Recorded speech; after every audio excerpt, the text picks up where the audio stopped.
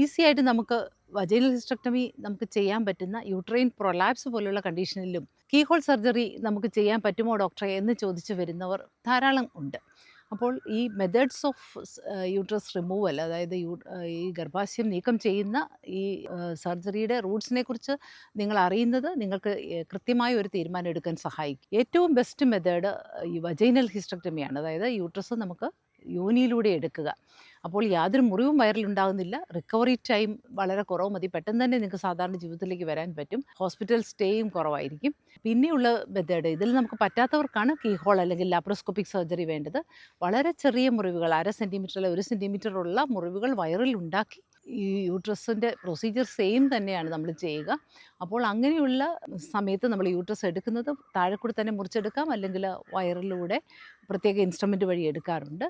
Keyhole സർജറിയുടെ recovery വളരെ പെട്ടെന്നാണ്, hospital stay കുറവാണ്, കോസ്റ്റ് വെജൈനലിനേക്കാളും കുറച്ചുകൂടെ കൂടുതലായിരിക്കും.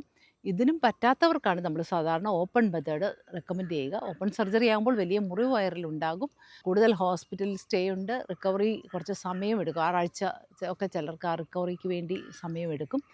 അപ്പോൾ ചില ക്യാൻസർ സർജറിയിൽ അല്ലെങ്കിൽ വളരെ വലിയ മുഴകൾ, വല്ലാത്ത ഒട്ടിപ്പിടുത്തമൊക്കെ ആണെങ്കിൽ ചിലപ്പോൾ നമുക്ക് ഈ കീഹോള് മാറ്റി നമുക്ക് ഓപ്പൺ ആക്കേണ്ടി വരും.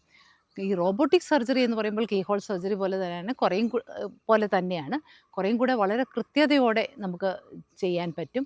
ചില പ്രത്യേക ക്യാൻസർ സർജറിയിലൊക്കെ റോബോട്ടിക് സർജറി വളരെ ഹെൽപ്ഫുള്ളാണ്. പക്ഷേ കോസ്റ്റ് കുറച്ചുകൂടെ കൂടുതലാണ്, റിക്കവറി ടൈമൊക്കെ നമുക്ക് കുറവായിരിക്കും.